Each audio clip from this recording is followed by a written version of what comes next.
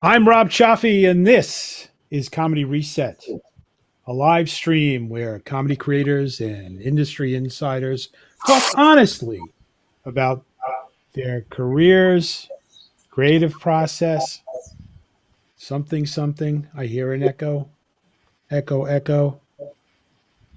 No, they talk about their careers, creative process, failures, fears, and what it's like to be in the game. We're so happy to have you here today. If you're watching us, I know there's at least 7 of you out there. Please, this is live. You can actually interact, talk with us, ask us questions. Start typing down in the bottom there, and we will, at some point during this broadcast, select the best ones out of that deal. Now, we're going to go to my technical director. I'm going to say, hey, can we fix that noise in the background? And he's going to say, uh, yeah, it was Mittleman. It was Mittleman, but we'll fix that later. All right. Anyway, let's meet our panel. Speaking of certain names to be dropped, let me get my thing here. I get thrown by these technical things. Ladies and gentlemen,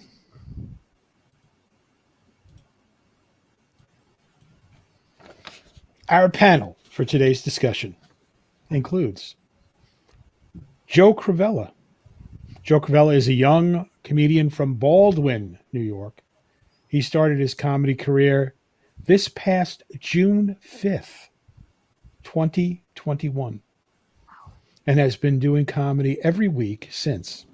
He has worked for headliners such as Eric Tartaglione, Terry McNeely, Rich Carucci, Tom Kelly, and more. All personal friends of mine, as a matter of fact. Currently, Joe is working with a few booking agencies, and he hopes to get to the point where one day he will be doing comedy full time. Juliana Heng is a comedian, writer, and performer. Juliana does stand up, talks about autism awareness, and has a show called Walking on Spectrum, where they tell their story as someone on the autism spectrum and the gender spectrum through stand up comedy, spoken word, and storytelling. Walking on Spectrum has played in 8 fringe festivals, with the most recent one being the prestigious Edinburgh Festival. Edinburgh?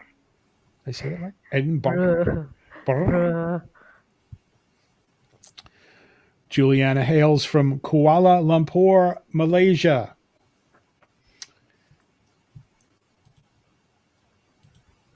Donna Moran, we also know her as the Big D. Donna Moran is a stand-up comedian who has been in the industry since 1989. Donna was lucky enough to open for comedy greats Dave Attell, Donald O'Connor, and Pat Cooper. She is an animal lover and lives in Lido Beach, New York. Steve Mittleman, I'm going to try to put your sound on, Steve, just in case. We got you. All right, yeah. The noise cancellation isn't working quite well, but we'll see. And I'm going to mute you, Steve, and then we'll figure it out. All right, let me start again. Steve Mittleman, the guy with no chin. Hey, I thought that was Jerry Cooney. Is a highly accomplished stand-up comedian and comedy writer who has over 50 stand-up television appearances, including The Tonight Show with both Johnny Carson and Jay Leno, Late Night with David Letterman, and Comic Relief. Remember that? That was awesome. He has also appeared as an actor in such movies as Roxanne and The Out-of-Towners. Steve has worked with Jerry Seinfeld, Ray Romano, Drew Carey, Ellen DeGeneres, Roseanne Barr, Dennis Miller, Bill Maher, and many, many more. Lost some breath there. He currently resides in Indio, California. I couldn't have asked for a better panel. I could ask for some better technical quality, but we'll work around this. I'm going to go back to here. Now our question for today is, and I can do this because I have buttons. Buttons will do this for me. Our question of the day: how do you organize your comedy ideas and material? Great question, I think. I'll tell you a little story. When I was hanging around with this headliner, like prestigious headliner, like Steve Mittleman, almost level, right? Done lots of late night appearances, been in the business for a long time. But he lived in this little tiny apartment, and he asked me to help him move, and I was like, oh, okay, because I had an SUV. He didn't even have a car, so I went to his little apartment, and we got there. I said, okay, what are we moving? He goes, well, nothing. This is a furnished apartment. I don't really have to take anything but my clothes. And it was all in a big garbage bag, right? I need you to go to my storage with me. I need you to go to my storage with me and help me move some stuff out of my storage. I'm like, okay, all right, I guess so. So we're driving around Manhattan, and we go to one of these storage places, right? And we get in. I had to find a place to park, and we finally get in, and they take an elevator up, and we got to walk this down the hallway, long hallway, and then we get to a storage facility, but it's not really a storage. It's like one of these 5x5 cubicles, and I'm like, okay, what? I mean, maybe wherever he's moving, he decided he's going to close the storage. Now he opens it, and all it's in is one cardboard box, which is about 4 feet by 4 feet. Right? And he asked me to help him pull it down. I put it down on the floor with him. He opens it up, and it is stacked. It is stacked with legal pads that had been written with jokes, right? He wanted to go, and he only wanted to take a couple. That's what we did. He needed a ride because he remembered he had wrote something years ago and wanted it, right? And then we had to very carefully put it back into the thing, which it woke me up to a couple of things. One is you always got to know where your notebooks are. I mean, I guess he learned the lesson the hard way. He must have lost a few. And the idea is you never throw anything away. I mean, as far as I'm concerned, now you say organized, and we're here to talk about the kind of ways we can organize things. But ultimately, everybody's got to have some kind of system. My process, if you want to call it that, is like a lot of comics, I get inspired to do this. Something inspires me. I go, oh yeah, that's funny. It makes me laugh, makes my friends laugh, and I go, okay, yeah, I'm going to write that down. And the first thing I do is, oh look, I got a piece of paper right here. This napkin, I can use that. And I take the napkin and I write it out, and I put it in my pocket. I'll never forget. And then 2 minutes later, it's like, where'd that napkin go? I'm blowing my nose, and it gone. Joke's gone. So over the years, I've come to know my primary source. I'm a computer guy, so I have lots of access to all kinds of technologies. And again, too, that can become crazy and overwhelming. The notebook is my go-to thing. And I always have these notebooks. And if you want this one, I'm sure I did it, but I didn't do it in this one, of course. But I always write my name in it. I write reward if found and my phone number. And if it does disappear, I'm like, I'll do a Pee Wee Herman said, you want the reward? Well, you're the one who must have stole it. So you're not getting a reward, right? When it comes to give it to me. But I don't have, they're not in storage, but I do have notebooks all over the place with stuff. Joe Crovella, brand new spanking baby comic. Where do you put, and how do you organize your material? You got some great material. You got good material. Thank you. I have 2 books. I have they're like spiral notebooks. One is where like my finalized jokes are, where like I have like used them at several shows and like know that they work. So I have that, and then I also have another book just for drafts and like ideas and topics. And then I also use like my phone. So sometimes at night, like if I think of something, I'll put it in the note section of my phone, and then I'll rewrite that in my in the draft book. But I never bring it out anywhere or anything. I just have it set up there, so I don't think I'll ever lose it. You mean your phone or your notebook? Notebooks. I just have it like in a drawer in my room, and I never bring it out. I You just remember never. the topics, and then Right, right. So, but you do. What about the notebook that you use for the jokes that you use on stage? You bring that with you to a show? no. What I do No. is I bring a post-it to a show, and then I put down the topics of the jokes, and I put in my pocket. So when I go to the show, I like look it over and then do Mm, that. Even when I go to open mics, I just bring the post-it. I try not to read it off. right, right. And what about when you get inspired? I mean, when like the scenario I just described, right? You're hanging out with your friends and you say something and it makes them all laugh.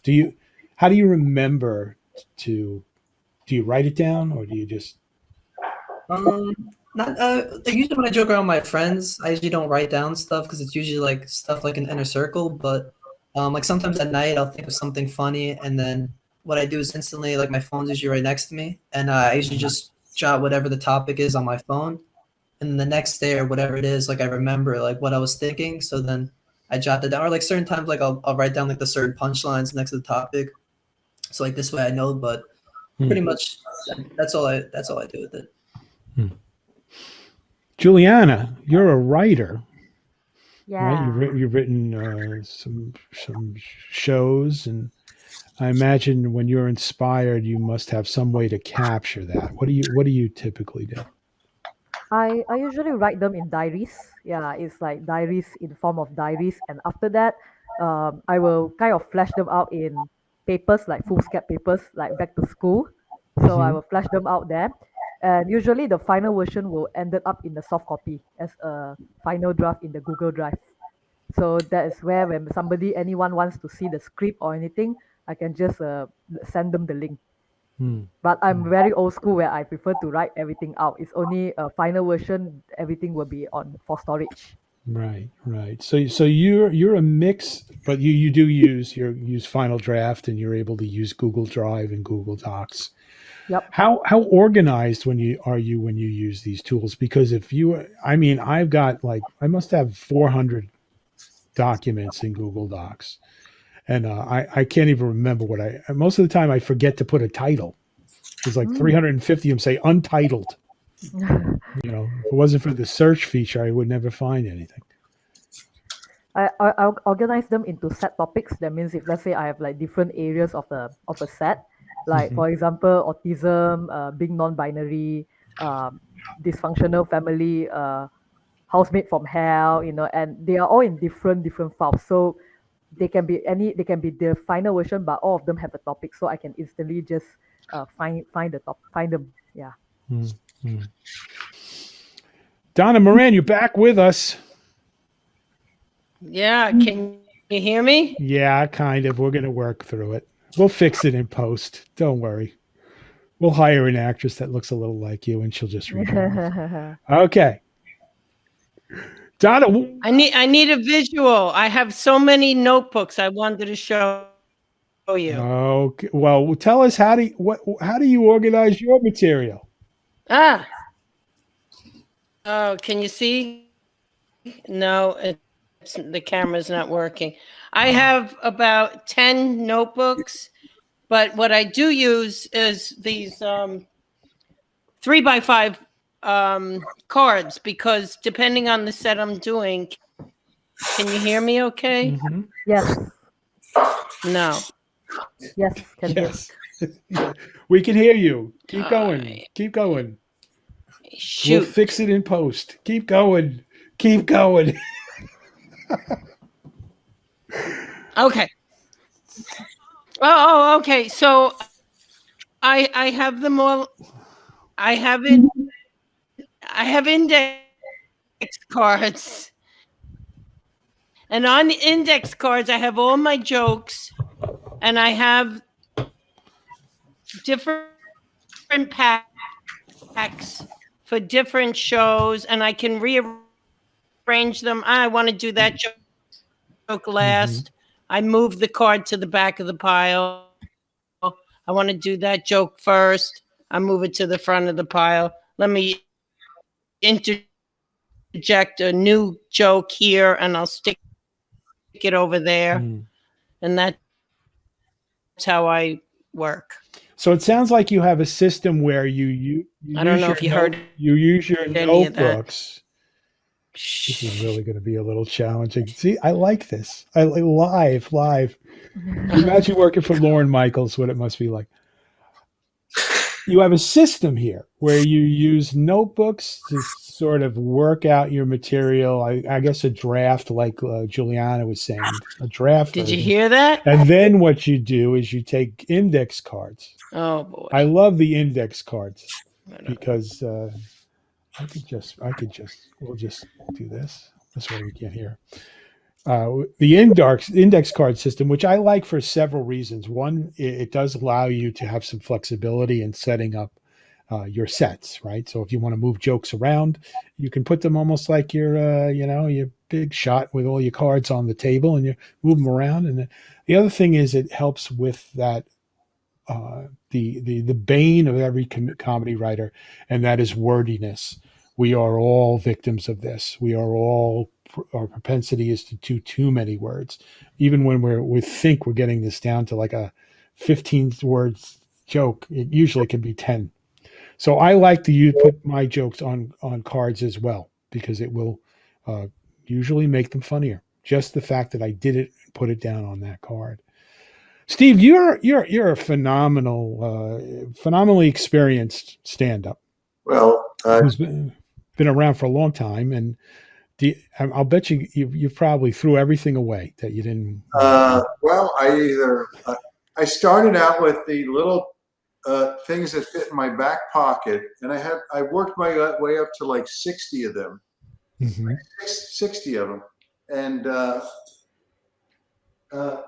then something came along that I heard that Steve Allen used to do, and he had these things. Oh, really? And I jumped from writing everything down in these little, these little pads, like moleskin things, and so I would write my creative stuff from the left side toward the middle of it, and like phone numbers and addresses and business from the right side, so I wouldn't have to merge the two.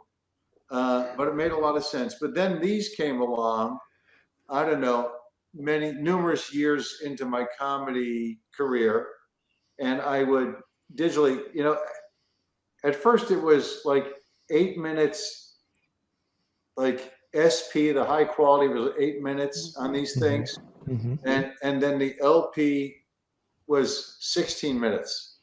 And now it's like 32 hours, 64 hours. Like, it's incredible of what they can do on here.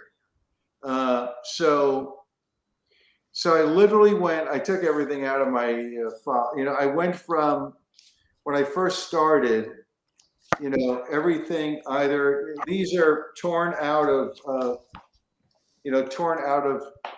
wow. I'm shedding here, but yeah. They're torn out of things, and then lots of legal pads, the long legal pads, and then I just label and file away by topic, by subject. I would color, I had a color coding. Look at the color coding over here. This could have been my first material ever when I was in college or high school. Really? Before I did stand-up, so I basically haven't lost much. I mean, I have lost things.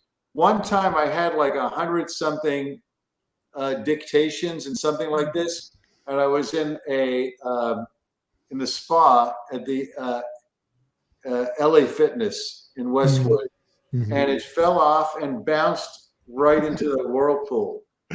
Right, in slow motion, right? I lost no. probably 100 good jokes, and it was like, oh my God, yeah.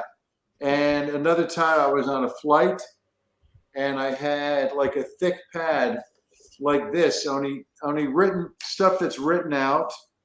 But even when you have stuff written out, you have material, notes, additions, funny things, fixes.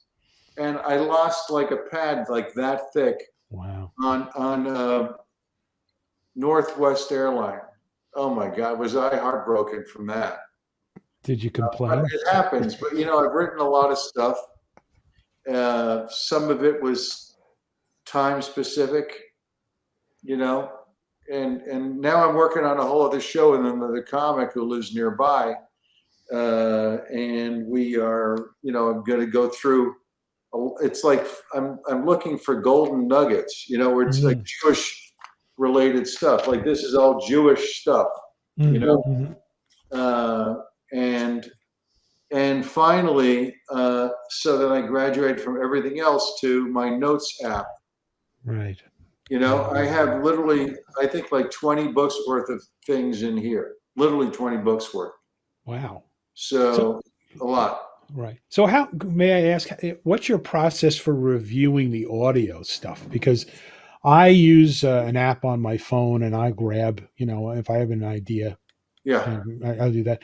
And then what happens is it kind of just stays there and I never kind of get to it. Sometimes it's like that. It depends. Yeah, it depends. If I just put in joke, like right now, just for the fun of it, I'll look up, I'll just put in joke and it'll sort through everything, joke colon, Oh, okay. I'll give you a try here.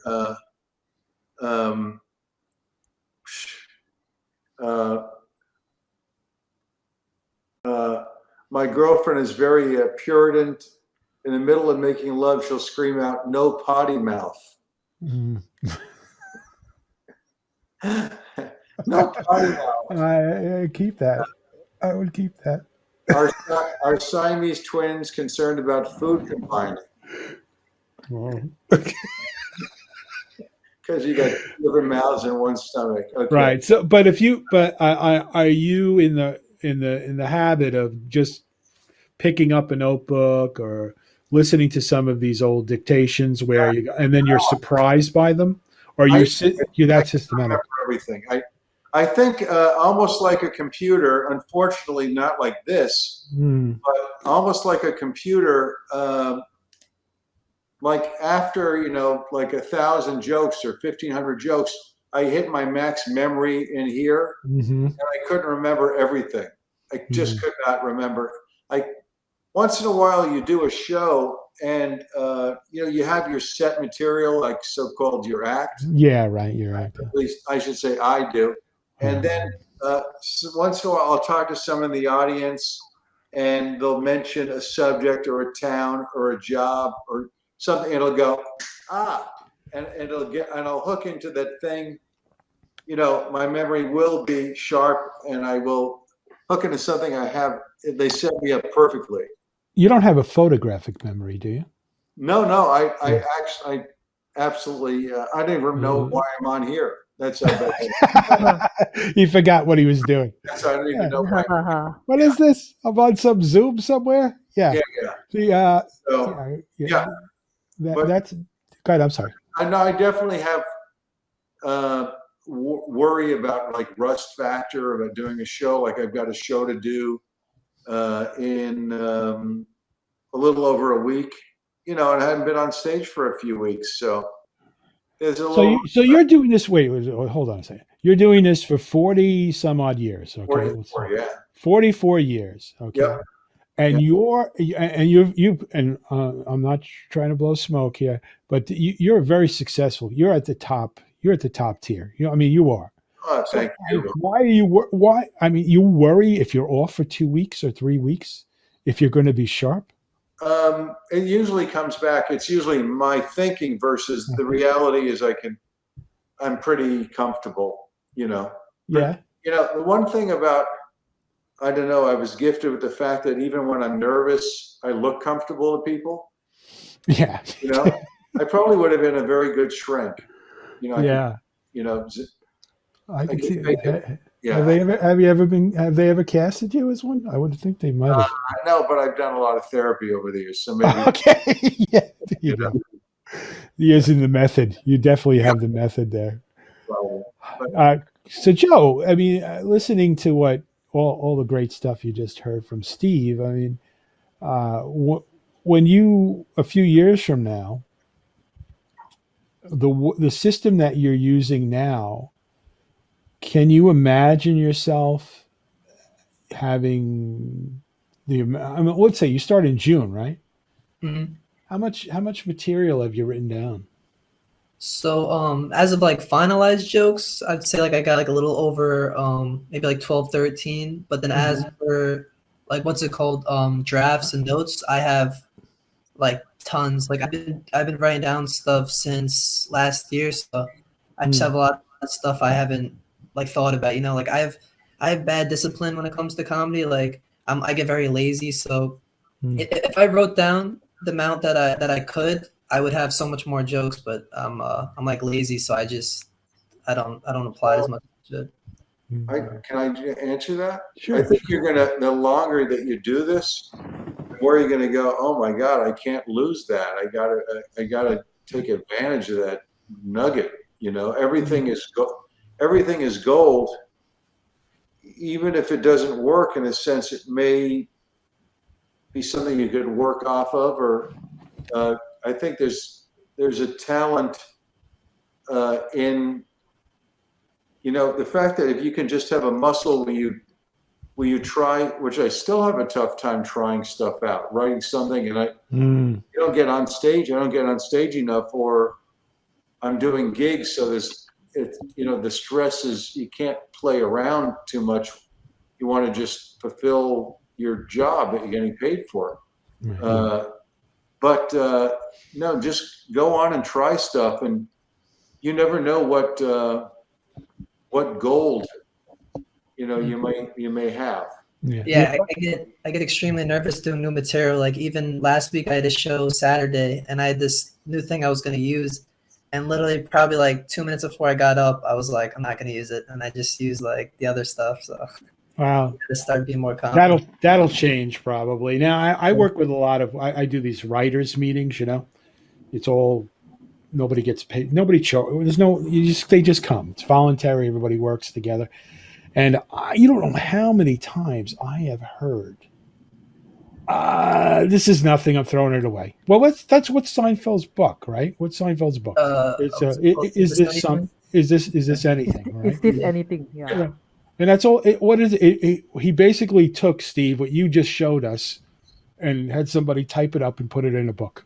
Right? Yeah. Basically what he did. Also, he won't use somebody else's suggestions. You know? He won't. He won't. No, he's all his. I mean, yeah. I've heard that. There's a lot of things attributed to Seinfeld, like somebody, I don't know if you know Peter Bales, but Peter Bales is a guy. Yeah, Peter Bales once told me that Seinfeld, he asked Seinfeld, I have this joke, but it only works 9 times out of 10. And Seinfeld goes, well, then get rid of it. So it's like, I can see the perfection about that guy. Yeah. But the idea is, I was told very early on, never throw anything away. Never. No matter if you were inspired enough to even recollect it, it's probably something there. That's us trying to tell Joe. Yeah, you never throw anything away. And like my friend that I was doing the helping move, I mean, a lot of that stuff some of those notebooks were 20 years old. He wasn't going to use them again. You know, it was material. It was Reagan era stuff. What is he going to do with Reagan era stuff? At first I thought it was Jackie you were talking about. You'll figure out in about 5 minutes who it is. But I'll let you know. If you can't, I'll tell you after if you don't figure it out. But Donna, talking about people who always wants to throw away. This is Donna and I work a lot together. This is nothing. This isn't funny. And I got to tell her over and over and over again. Listen, you're such a funny person, you have such funny ideas, and you come with some great jokes right off the bat. And I guess to our point about organizing here, and I probably want to ask everybody this: do you have sort of a material, B material, C material list, and how set in stone is that? Because I know that, I've been doing the same act for 15 years, essentially. Most of it came from Steve Mittleman. Sorry, Steve. I have to admit it. Now, but my act, I do have a core act. I mean, I do a lot of hosting, and I get paid. I'm very fortunate that I do. So I don't have the luxury during those gigs to play around and experiment. They're expecting a certain thing, and they get it, right? So I have in my A material, and then I kind of work my B material in, and then I look at things, and again, on the page, everything looks like A to me. When I write it down, everything looks like A to me. But I know there's some stuff like topical, like Juliana, you were talking about how you organize your material by topic, right? Yep. And do you do also by what you know works or what you think you like the best? No, I don't really do that. I actually have what I do is when I already organize them, they are there. But whenever a new joke that works from that category, I will find a way to slot it in. And usually it takes trial and error to figure out what is the best flow of the different bits because primarily as a more like one-linerish comic, so Mhm. it's easy to just put the jokes like see how it works and figure out the best order. So I think that's one of the way I organize. So, but if let's say those who are not final, I will put it like maybe have a footnote and just write like, okay, this is something I'm still working on. And there are certain jokes that I actually have to work progressively over the years because they can be topics that are a bit challenging and I don't really have the maturity to tackle it. So and sometimes it makes a difference when I'm a first year comic and when I'm a third year comic, when I relook at what I written in first year, sometimes you do like, yes, with the skill that I have now, I'm able to process what I written long time ago much better and incorporate it into my new routine. Mm-hmm. I'm curious. This is off topic, but do they have comedy clubs? A lot of comedy clubs in Malaysia? Yes, we have. I wouldn't say that we have a lot. We have Uh, more comics than the comedy club. We have really? 2 comedy clubs in KL That's and awesome. Malaysia. That's all. So yeah. Who So who who books those? okay, one Uh, of them, the first one is actually the Joke Factory by Harif Iskandar, and also second one is actually the Crack House Comedy Club. all right, good. We're writing it down. Look at Steve's writing it down. Yeah. I worked in a comedy club in Germany. It's called You Will Laugh.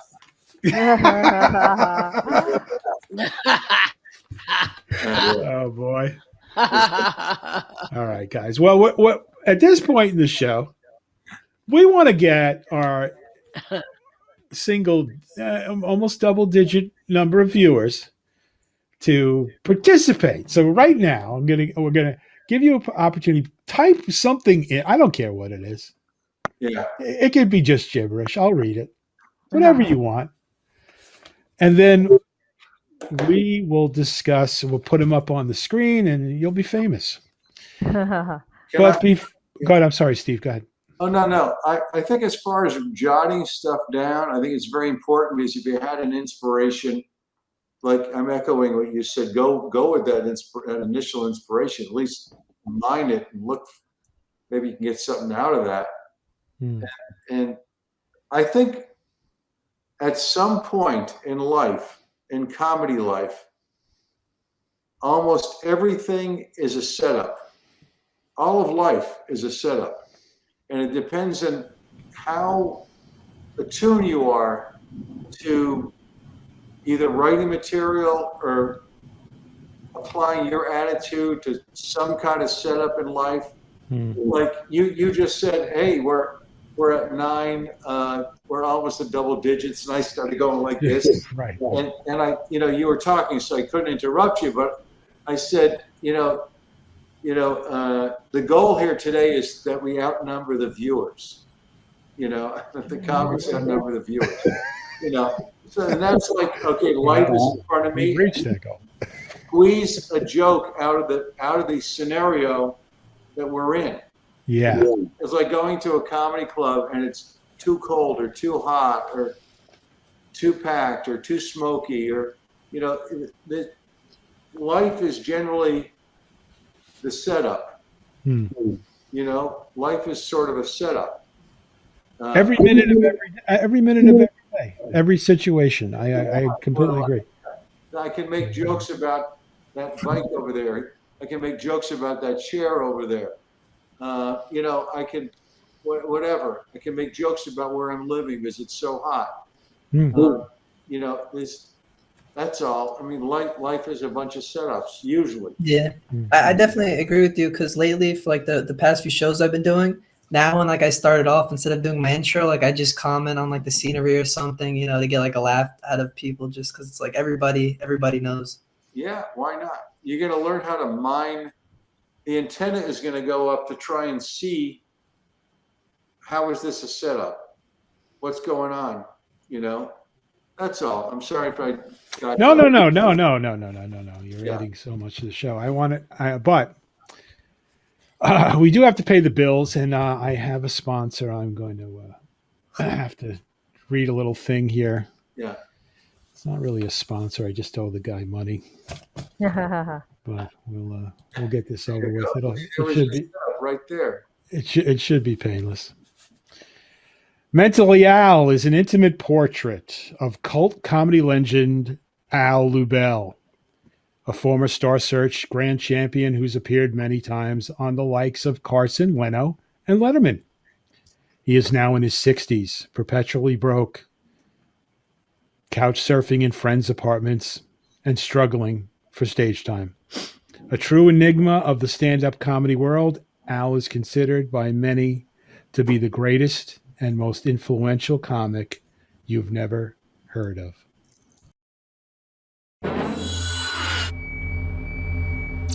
The $100,000 comedy champion is Al Lubella. My next guest started out actually as a practicing lawyer before going into stand-up comedy. Would you welcome Al Lubella? Al Lubella. Al Lubella. Al Lubella. Yes, my name is Al Lubella. Al Lubella. My name's Al. Al Lubella. Al Lubella. Al Lubella. Al Lubella. Al Lubella. Al Lubella. Al Lubella. Al Lubella. Al Lubella. Al Lubella. You know what's strange? The more I say my name, the more y'all look at me like, who is this guy?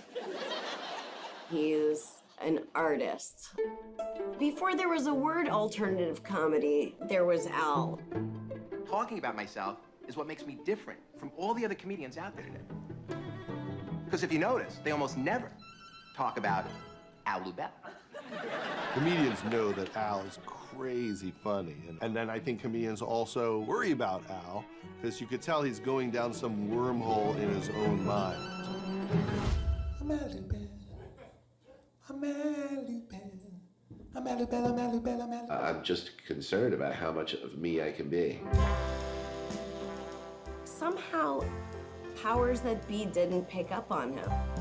Whether I'm right. There's comics, and then there's Al Lubella. My whole life it's been hard to get work as a comedian. I can really feel that a lot of people like it and a lot of people wouldn't.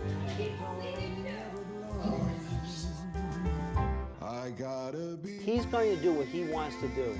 And you love him or you don't get it. His relationship with his mother is bananas. I don't think he cared enough to be aware. It's for any comedian, right? Very famous guy. But please don't bother him. He's in the middle of an interview. Mentally Al premieres on Amazon Video, Amazon Prime Video, Apple TV, Spectrum, Google Play, YouTube, and more on August 24th. All right, Al? I'm done now. Anyway, let's answer questions. Did we lose Donna again? We lost Donna again. All right. Maybe Donna, you could type some questions in. Do something for her for the show. All right, let's go to the chat and see what we got here. All right, so from one of our biggest fans, Helene Witt, she says, I can see. I can see. Well, that's great. I'm glad that you can see. What that means, only Helene will know. Linda DeSantis, now more serious question. I use notes in my iPhone. I speak into the phone and it types it all up because I hate typing and I hate writing. That's a good point. modern smartphones do have that capability. Many of them, right? We can use dictation. Now, also, you can do that on your computer. If you use Google Docs and you use Chrome, it's built in. You can dictate. You could write an entire screenplay or a book if you wanted to, doing that. I got something. I got a comment on that. Yeah. Like, although I think that's a good idea, I feel like if you write it down, you memorize it better. Yes. That's very true. Yes. Yeah. Yeah, like I sure noticed is. that's why I don't speak in anything. I just write it down and I go over it, and then I feel like you're more aware. You know, a friend of mine gave me a tip for when I was either memorizing stand-up or auditioning for something acting-wise. He said, just say it as fast as you can 50 times or 100 times, and you'll start remembering, as fast as you can, just 100 times. And it just becomes, tied in between here and here. A good way to memorize stuff. I don't listen to him about it, but yeah, right. I think it's a good tip, so I can share it with you. It's usually the great tips that we don't really follow. Okay, we have Catherine Perkins, also on the subject of speaking into your phone. And when I speak into my phone, it types half of it in tongues. I'm assuming she says, just as bad as me trying to read it in my own handwriting. Well, that is true. This dictation stuff isn't completely 100% accurate. Our robot overlords are still working on it. They will eventually get it right. Don't worry. But I will tell you, there's been times where I've been interviewed. Yeah. And the writer was quoting something that I said in the interview or from my act, and writes the joke better than I had it. So God bless this guy or gal. And I would be interviewing every day. Hey! Oh, I know, but it happens with it happens actually when I'm typing something in here. You just see a word option, like based on the first three letters. You know what I mean? Of something, it suggests stuff. And sometimes the suggestion is better than anything I was going to write. Right. Yeah. Just like the interview. So. Right. It's all robots. There's not going to be any community. It's all going to be robots writing it. Oh, I know. Okay. Let's see what Kathy Ryder says. Kathy Ryder, so far, there's a difference between jotting down ideas and organizing sets. I like Donna's shuffling the index cards, but how do you decide which jokes to connect in a set? Good question. Nobody jumped to answer that. No, Okay, good, Steve. Well, there's two ways to do it: by theme and one thought, kind of as a natural progression to the next thought. But there are times, and it depends on your personality on stage, where tangent works just as well as somebody trying to make total logic. Depends on what you're conveying to the audience, how they assess you. It's not always the case. And the greatest segue to another subject is laughter. If you got them laughing, you can take them anywhere. Right. So that's all. And Juliana, you were saying. Yeah. For me, is I connect my set kind of like train. Train, they have many coaches. So for me, it's when I organize my material, it is like one thing leads to another. So sometimes when there are times when, but this was like my early days when someone actually asked me to like perform from like the middle of my set. Sometimes I was like, it's a bit tricky because I already set them up in such a way that they start from beginning to the end. So, but of course with practice, I figure out where are the different starting points of a set, where are the different end points, and then and just work with the time limit I'm given. So I mean most of my set actually looks like a train set. Yeah. That's coincidentally mine does too. except it goes off the rails every time. Big crash.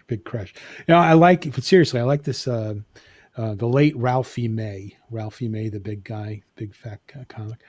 He has some really interesting stuff he wrote about stand-up comedy, and one of the things he says a lot of comics get hung up on is segues, right? That you need a segue to go from one joke into the other joke, and he said that isn't the case at all. What Steve is saying is the fact: if you've got them laughing, you can go anywhere. You really can go anywhere. They want to look inside your mind. They go, oh, what is this person's mind? Where are they taking me now? This creative person. Mm-hmm. Yeah, I definitely agree with that, because like when I do like my setups, sometimes I could be talking about like parents with technology, and then go to talking about college, then to something else, and like they all don't correlate, but like how I started off kind of makes sense, if that makes sense. Okay, here we have Terry Ann Zander. Don't watch Comedy Reset and drive and text. You're setting up for an accident. Steve is right. Not sure what she meant. About texting and driving? You should have just went, at the very end of it. But opportunity lost there, Terry Ann. And I just want to make sure I get everybody because we've had so many. We actually have like 10 responses. I have a response to Joe's thing about not trying stuff out. Mm-hmm. I know you're very new at this. The truth is, if trying stuff out keeps it fresh for you, then make sure you try something out every time you're on stage. Like just for your own, as an audience for yourself, I mean, I usually do that. It's just like there's just been like a few times where like I panicked last second and I didn't do it. But for like the past few shows, I've been like in the middle. I had like one or two new things and just cross my fingers, hope for the best. You'll be so happy. Every time you've ever tried something out, you look at it as a lesson. Right. Where, make everything a win-win. Sometimes in life things happen and we go, oh, that I stunk, or this was bad. And it's like, well, if you can cull some life experience out of it, comedy life experience out of it in the comedy context, I don't think you can go wrong, Yeah, you'll get there, Joe. You're going to see, Joe. You know what, young Joe? I envy you. Young Joe. Jealousy. So jealous right now. Yeah. Okay. Well, we've come to nearly the end of our show. I want to thank all our panelists, Joe Crovella, Juliana Heng, Donna Moran, and of course, the great, legendary Steve Mittleman. And I want to thank you, the viewer. Thanks for watching. If you enjoyed this episode and you'd like to support the show, please share it with others, post about it on social media, and leave a rating and a review. To catch all the latest from us, you can follow us on Facebook, Instagram, and Twitter at Comedy Reset, one word, at Comedy Reset. Thanks again, and we will see you tomorrow.